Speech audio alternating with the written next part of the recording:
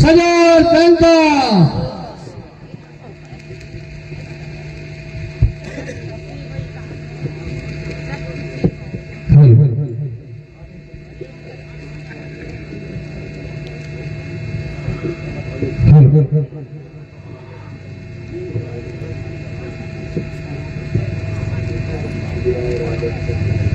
बोलिए प्रकृति शक्ति कंठ फड़ा पेन ताव बाबा साहब ना। क्या बात है, सब लोग खा पी के ऐसे लगत साच्छिया होगा। मैं 2:30 बजे के आया जो थे बैठे हो तो अभी तक बैठे हो आप लोग, तो जाके खा के घर से आ गया फिर भग जा था। और बताओ, लेकिन आप लोगों की आवाज नहीं निकल रही है, बड़ी समस्या है। और मैं इंतजार कर रहा था कि हमारे माननीय विधायक महोदय जी कब आएंगे, इसलिए नहीं भगा था, है ना, नहीं तब तक मैं घर पहुंच गया होता। भाई सबका नंबर लग गया लेकिन मेरा नंबर अभी लगा है। ये होते हैं किस्मत वाले जो हमारे बाबा साहब के जन्म जयंती पर हमारे क्षेत्र के यशस्वी और हमारे आदिवासी समाज के दिलों में राज करने वाले माननीय विधायक जी का भी आगमन हुआ है। और इस अंतिम पंक्ति पर मुझे विचार रखने का अवसर संचालक महोदय ने दिया। उसके पूर्व इस गोंडवाना भूया में जन्मे तमाम महापुरुष ज्योतिबा राव फूले जी, सावित्रीबाई फूले, संत रविदास, संत कबीरदास, ऐसे तमाम महापुरुषों को मैं नमन वंदन सेवा जोहार करते हुए सेवा जोहार करता हूं। सिंबल ऑफ नॉलेज, दुनिया के सब पूरे दुनिया में सबसे ज्यादा पढ़ा लिखा ऐसा विद्वान, नारियों के मुक्ति के दाता, हिंदू कोडविल का जो सलाहकार, ऐसे महान विधाता हमारे भगवान, हमारे आदिवासी समाज एसटी एससी ओबीसी दलित पिछड़ा सभी का हमारे मसीहा बाबा भीमराव अंबेडकर के चरणों में नतमस्तक सेवा जोहार वंदन करते हुए सेवा जोहार करता हूं। मुझे जन्म देने वाले मेरे माता पिता, जिनके आशीर्वाद से आज इस छोटे से गांव से निकलकर अलग अलग राज्यों में, और जैसे बिहार, छत्तीसगढ़, महाराष्ट्र, बिहार में मेरे साथ ये बहू बन गई है। पहले मेरे साथ में नृत्य करने जाती थी, अब बहू बन गई है। बहू भी मेरे साथ बिहार गई है, वहां 2 बार मेरा कार्यक्रम हुआ 5-5 दिन का। ऐसे हमारे गायिका मरावी जी और हमारे सम्मानीय गोंडवाना मिनी स्वर लहरी बालसाह मरावी जो हमारे भूमिका गुरु भी हैं, और सम्मानीय हमारे तोमर साहब गायक महोदय गोंडवाना गीत गायक, और उनके तमाम टीम को साधुवाद जोहार वंदन करते हुए जोहार करता हूं कार्यक्रम के अध्यक्ष परम सम्मानीय मामा प्रस्ते जी, और हमारे इस कार्यक्रम के मुखिया आज जो दिन और रात कार्यक्रम के मुख्य अतिथि के रूप में अभी लगभग 12 बजे हमारे बीच में उपस्थित हुए परम सम्मानीय माननीय विधायक महोदय, सिहोरा विधानसभा के हमारे लाडले विधायक सम्मानीय संतोष वरकरे जी, आपको भी साधुवाद सेवा जोहार करते हुए नमन वंदन करता हूं। उनके साथ में चलकर आए हमारे मंडल अध्यक्ष जो मार्को जी हैं, हमारे बहुत अच्छे मित्र भी हैं, रिश्तेदार भी हैं। ऐसे हमारे सहयोगी कर्ता जो रात दिन हमारे सम्मानीय विधायक जी के साथ में सहयोग प्रदान करते हैं, उन्हें भी साधुवाद जोहार करते हुए जोहार करता हूं सम्मानीय यादव जी, और उनके साथ में चलकर आए समस्त सामाजिक कार्यकर्ता बंधु और जितने भी हमारे आयोजक मंडल के कार्यकर्ता हैं, आप सभी को साधुवाद जोहार करते हुए एक बार आप लोग जोरदार नारा लगाएंगे। लगाओगे कि नहीं लगाओगे? लगाओगे ना? अभी मैं सुन रहा था कि संविधान की रक्षा कौन करेगा? कौन करेगा? बस एक अकेले, और बाकी थोड़े हाथ उठाइए कि हम लोग करेंगे करके हाथ उठाइए। अभी हाथ उठाई रहना चाहिए, नीचे न पहुंचाइए। बहुत देर से मैं देख रहा हूं, सब बिल्कुल सच्चे आ रहा है ना? उठाइए अच्छे जोर से। इस मसीहा ने आप सभी के मान और सम्मान के लिए 4-4 बच्चों को कुर्बान कर दिया। बताइए, ऐसे मसीहा रात दिन मेहनत करके पढ़ लिख करके, और जिन्होंने आज हमको यहाँ बैठने बोलने का स्वतंत्रता समानता का अधिकार देने वाले बाबा साहब का हम लोग 135वीं जन्म जयंती मना रहे हैं, तो हम थोड़ी देर के लिए हाथ नहीं उठा सकते क्या? उठा सकते हैं ना। जब इनकी जीवनी के बारे में बताया जाता है तो आंखों से आंसू आ जाते हैं। 2 लाइन में बताने का प्रयास करूंगा। हमारे वाद कलाकार भी बैठे हुए हैं। संविधान की रक्षा कौन करेगा? संविधान की रक्षा कौन करेगा? अब देखते हैं कौन कौन करते हैं, है ना। अब आप लोगन कहा तो दूसर रक्षा करैया है तो तुम संविधान की रक्षा करिहा है। बाबा साहब ने 27 सितंबर 1956 को उन्होंने कहा था कि हिंदू धर्म में मैं जन्म लिया हूं, ये मेरी बस की बात नहीं थी, लेकिन हिंदू धर्म में मरूंगा नहीं, ये मेरी बस की बात है। उन्होंने कौन सा धर्म अपना लिया था? फिर बौद्ध धर्म। कौन सा धर्म? बौद्ध धर्म। और बौद्ध धर्म को बनाने वाला, बौद्ध धर्म के संस्थापक कौन था? गौतम बुद्ध। और गौतम बुद्ध का गुरु कौन था?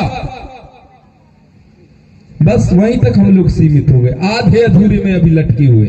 अलार कालम कौन था? अलार कालम। और अलार कालम का गुरु कौन था? धर्म गुरु पहांदी पारी कुपार लिंगो। आप सभी जानते भी हैं कि मेरे 5-5 दिन, 1.5 महीना कंटिन्यू कार्यक्रम चले। 5-5 दिन, 4-4 घंटा हमारे इतिहास, हमारे साहित्य को बताने का काम करता हूं। अदर कास्ट के लोग भी आकर के सुनते हैं कि गुरुजी आप हो कहां के। ये सब समाज की देन है, हमारे इन विद्वानों की देन है, जो मुझे आशीर्वाद दे करके आज देश दुनिया में घूमने के लिए मुझे आशीर्वाद प्रदान किए। तो ऐसे महापुरुष का आज हम लोग जन्म जयंती मना रहे हैं, तो हमको ठानना पड़ेगा, हमारे मन में जुनून होना चाहिए, जज्बा होना चाहिए कि इस भारत भूमि में ऐसे विद्वान का जन्म हुआ। खुशी होना चाहिए कि नहीं होना चाहिए? होना चाहिए ना। लेकिन आज आप देखिए अमेरिका में, आप लोग न्यूज देखे होंगे, अमेरिका में 30 दिन तक वहां बाबा साहब का जन्म जयंती मनाने के लिए पूरी सरकार पूरा पैसा दे रही है। कहा? अमेरिका में 30 दिन तक, चाहे स्कूल हो, कोई से भी कार्यालय हो, वहां पर बाबा साहब का जन्म जयंती मनाना चाहिए। पूरा खर्चा जो है अमेरिका की राष्ट्रपति, जो वहां का शासन प्रशासन है, पूरा खर्चा उठा रहा है। और आज हम एक दिन, बताइए, चौराई में तो नहीं आए। हमारे माननीय विधायक जी क्या कहेंगे? और विधायक जी को तो ये लगा होगा कि यार आके सब भाग आ गए। अब मैं जो 2:30 बजे से देख रहा हूं तो इतना से ज्यादा ही नहीं हुई, और कम हो गए लेकिन ज्यादा नहीं हुए। समस्या की नहीं है। तो ऐसे में अगर आप लोग चाहोगे भी, विधायक जी आए हैं, जिस प्रकार से हम बाबा साहब को मान रहे हैं, बाबा साहब ने हमारे हक अधिकार के लिए लड़ाई लड़ा, माननीय विधायक जी आपके क्षेत्र के लिए लड़ाई लड़ रहे हैं। कौन कौन ने देखा है ऐसा पहला विधायक? हमारे विधानसभा सिहोर का मैं पहला विधायक जिन्होंने विधानसभा में अपनी बात रखा। उन्होंने कहा, किस किस को पता है, कौन कौन ने देखा बताइए? बस, बाकी तो कहीं अरे वाही बरकड़े आए है ना, सब विधायक बन गए कहीं के। आप लोग देखो, उन्होंने कहा कि हमारे कुंडम विकास खंड को, जिस बाकी 89 जो आदिवासी विकास खंड है, हमारे कुंडम विकास खंड को 90 नंबर में लाना चाहिए। हमारे कुंडम विकास खंड को आदिवासी क्षेत्र घोषित किया जाए, यह माननीय विधायक जी ने कहा है। और जाकर के विधानसभा में, और आज तक मेरे पास रिकॉर्डिंग है, मैं जब से होश संभाला हूं, जब से राजनीति को जाना हूं, किसी विधायक ने विधानमंडल में या विधानसभा में या किसी सांसद ने कभी जय बड़ादेव नहीं बोला। बोला है? बताइए कौन ने बोला है? कोई विधायक नहीं बोले। लेकिन माननीय हमारे विधायक जी ने अंतिम लास्ट में जब उनका उद्बोधन समाप्त हुआ तो उन्होंने बड़े गर्व के साथ में कहा, जय भारत, जय बड़ादेव। अब बताइए ऐसे विधायक हमारा होना चाहिए कि नहीं होना चाहिए? अब कई लोगों को लगता है कहीं गुरुजी तो राजनीति से मतलब ही नहीं रखता, लेकिन ये बीजेपी वालों को सपोर्ट कर रहा है। ऐसा भी लगता होगा कि नहीं लगता होगा? मैं सपोर्ट नहीं कर रहा हूं, मैं हमेशा सच्चाई की बात करता हूं। और जब मैं सच्चाई की बात करता हूं तो ये बात हमारे माननीय विधायक जी को मानना भी पड़ता है, क्योंकि मैं अपने लिए नहीं, समाज के लिए बात करता हूं। मुझे राजनीति से क्या लेना की देना है? चाहे वो बीजेपी का हो, कांग्रेस का हो, गोंडवाना का हो, समाजवादी, कोई भी पार्टी का हो, अगर हमारे लिए, हमारे समाज के लिए, एसटी एससी ओबीसी कुंडम क्षेत्र के समाज के लिए जो अच्छा करेगा उसका बयान किया जाएगा कि नहीं किया जाएगा? ऐसा पहला विधायक है। इसी प्रकार से आज हम बाबा साहब का बयान क्यों कर रहे हैं? बाबा साहब ने क्या किया आप सबको पता है।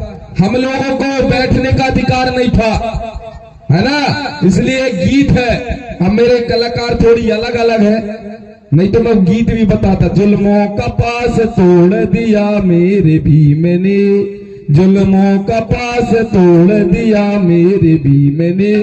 ये जो गीत है, लड़के हैं मोहल्ले के शैतान मेरी लैला, इसके तर्ज में है कि जुल्मों का पास तोड़ दिया मेरे भीम ने और जिंदगी को नया मोड़ दिया मेरे भीम ने। बहुत अच्छा कव्वाली है। बताइए, हमारे बाबा साहब ने जो हमारे ऊपर जुल्म होता था, अन्याय होता था, अत्याचार होता था, उन अन्याय अत्याचारों को सहकर खुद और आज हमारे पिछड़ा दलित शोषित समाज को यहाँ तक लाने का काम किया और हम लोगों को एक नया जिंदगी दिया कि नहीं दिया? कोई भगवान ने दिया क्या? अरे कोई भगवान ने दिया क्या? बाबा साहब ने संविधान लिख के सिर्फ आदिवासियों के लिए नहीं, सिर्फ हरिजनों के लिए नहीं, सिर्फ पिछड़ा वर्गों के लिए नहीं, सवर्णों के लिए नहीं, उसने सभी के लिए उसने संविधान बनाया। आज हमारे माननीय विधायक महोदय जी भी यहाँ पहुंचे हैं तो संविधान की बदौलत पहुंचे हैं। आज हमारे मास्टर होंगे, शिक्षक होंगे, प्रिंसिपल होंगे, अगर वो भी पहुंचे हैं तो बाबा साहब के संविधान के कारण पहुंचे। इतना बड़ा ग्रंथ आज हमारे बाबा साहब ने हमको दिया है और बाबा साहब ने इसे उंगली किया है। हमारे सम्मानित छोटे भाई जगदीश सैयाम जी बता रहे थे कि उंगली का मतलब क्या होता है। बाबा साहब ने ऐसा किया है तो इसका मतलब ये नहीं कि सब ऊपर जाओ। कई लोगों को लगता है कि बाबा साहब कह रहे हैं कि सब ऊपर जाओ, है ना, ये ऊपर जाने का उसका संकेत ये नहीं था। तुम वहां जाओ, जैसे हमारे माननीय विधायक जी कहां गए हैं? विधानसभा में। तुम वहां जाओ और अपनी बात उस विधानसभा में रखो, उस मंत्रिमंडल में रखो, तब तुम्हारी बात को स्वीकार किया जाएगा। और अगर तुमने अपनी बात को बताने वाला वहां तक नहीं भेजा तो तुम्हारे दर्द कभी दूर होने वाले नहीं है। तो हमें ऐसे नेता, चाहे वो कोई भी हो, जो हमारी बातों को, हमारे दर्द को, हमारे पिछड़ा समाज हो, चाहे हरिजन समाज हो, चाहे ओबीसी समाज हो, चाहे आदिवासी समाज हो, हमारी बात को, हमारे दर्द को जो वहां तक पहुंचाएगा, ऐसा हमें नेता चुनने की जरूरत है। और बाबा साहब ने कभी चुनाव नहीं लड़ा, और चुनाव जब लड़ा तो आप लोग पूना पैक्ट को पढ़ लेना। नोट नहीं है, एक 8 नोट, क्योंकि जब तक हम सच्चाई नहीं बताएंगे समाज को, वो समझ में आने वाला नहीं है। ये फोटो में एक कौन दिख रहा है? अरे फोटो में कौन है? महात्मा गांधी।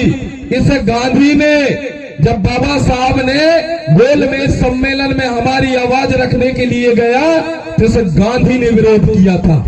बोले बाबा साहब की बातों को ना माना जाए। सबसे बड़ा अगर धोखा हुआ है तो हमारे साथ में हुआ है। और आज ये हमारे नोट में इसलिए कहा जाता है मजबूरी का नाम महात्मा गांधी, लेकिन आज तक हम लोगों ने समझे नहीं। इतना बड़ा धोखा। बोले अगर समाज को 2 वोट का अधिकार मिल जाएगा तो एक दिन राजा बनेगा ये समाज, हमारी बात सुनने वाला नहीं है। गांधी जी ने अनशन पर बैठ गया और भूखे प्यासे बोले बाबा साहब के इस विचार को मैं पास नहीं होने दूंगा, चाहे मेरी जान क्यों न चली जाए। तब कस्तूरबा बाई उनकी पत्नी कौन थी? गांधी जी की। वो बेचारी गई बाबा साहब के पास में, बोले बाबा साहब मेरा डोकरा, वो मेरा पति भूखे प्यासे मर जाएगा, मैं आपके हाथ जोड़ती हूँ, उसको आप जो है पानी पिला। पूना पैक्ट पढ़ लेना, क्योंकि मेरा काम है इतिहास का अध्ययन करना। तो जब बाबा साहब ने कहा अगर ये मर गया तो पूरा जो उसका जो सजा है वो मुझको मिलेगा, पूरे देश में आग जली होगा, हंगामा होगा और दोषी मुझे ठहराया जाएगा। तो बाबा साहब ने क्या किया, गिलास में पानी लिया और उसको पिलाया कि लिए पी और तू अपना अनशन बंद कर, हमें एक ही वोट काफी है। नहीं, आज हमको 2 वोट का अधिकार मिलता, और 2 वोट का जब अधिकार मिलता तो उसमें आदिवासी अलग वोट डालते, और अगर जहां सवर्ण रहते तो वहां हम फिर से वोट डालते। बताइए, इतना बड़ा कपट।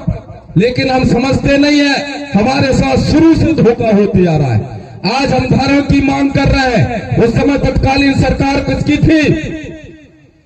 अरे कौन की सरकार थी देश आजाद होने के बाद में?